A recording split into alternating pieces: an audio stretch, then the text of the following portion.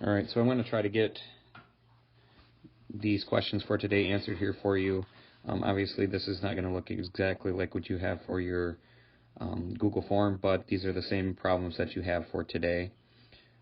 So I'm just going to kind of work through the process that I would do if I were going to be figuring the density, if I were giving the mass and the volume. One of the things that I always like to start with is I always put in the formula. It just helps me remember where things are going to go, because a lot of times what we forget is that we have to have the mass and then the volume. I also like to come through and I like to highlight or circle or something the important pieces of information that we need.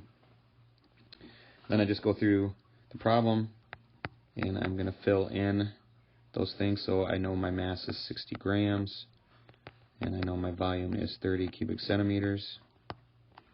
And this one, some guy was thoughtful enough to make sure we could do this in our head. This one is 2 grams per cubic centimeter. Again, this was something big on the metric or the density practice 2 that we didn't do, is we didn't label these correctly. So we got to make sure we're doing that. Now this next one, again, I'm going to try to fill in what I know. And in this case, I'm going to highlight these important parts right here. So my density is 700 grams. And a big clue for us is that we just have this cm. We don't have the cm3 that we need for volume. What that tells me is I just have the length of these sides. But I do know that a rectangular block, we can find the volume of that if we do length times width times height. So in this case we have 5 times 7, which is 35, and then times 10, which is 350. So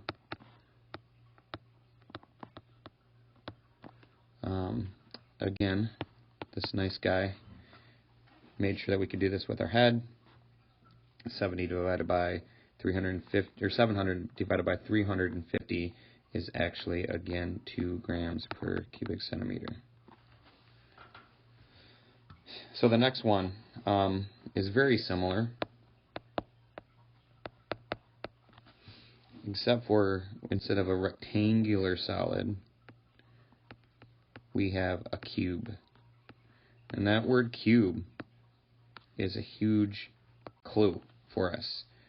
I'm going to stick in the mass here first, 192.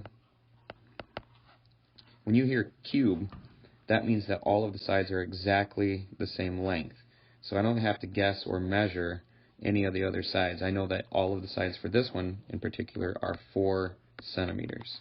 So then I can use my formula for volume, which is length times width times height. And I'm not even going to attempt this one in my head. Oops, let's go to our trusty calculator here. You guys can't see, but 4 times 4 times 4 is 64. And I'm going to guess that this is going to be pretty easy when I do this next part. We have 192 divided by 64. And that, ladies and gentlemen, is 3 grams per cubic centimeter. Next one. Again, look at this here. There's that word, cube. And you have our mass right here. You can plug that into our formula.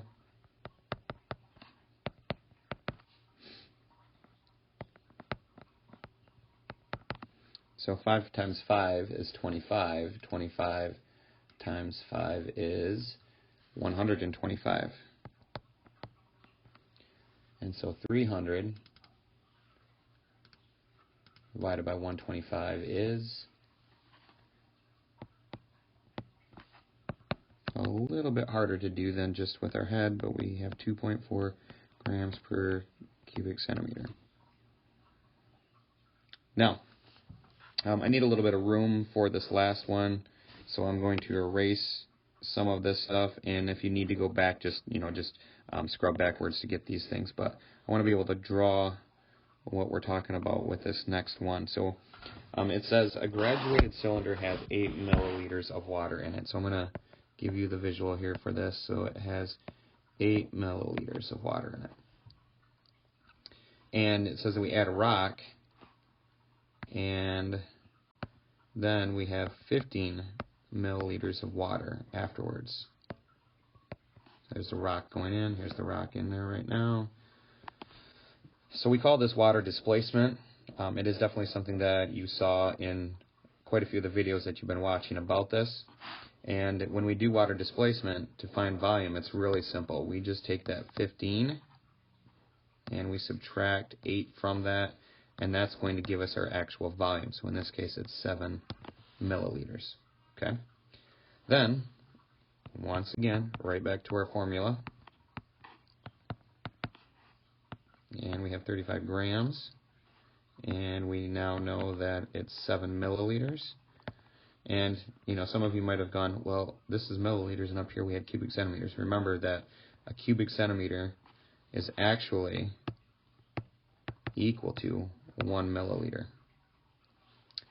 So, easy math in our head. 35 divided by 7 is actually 5.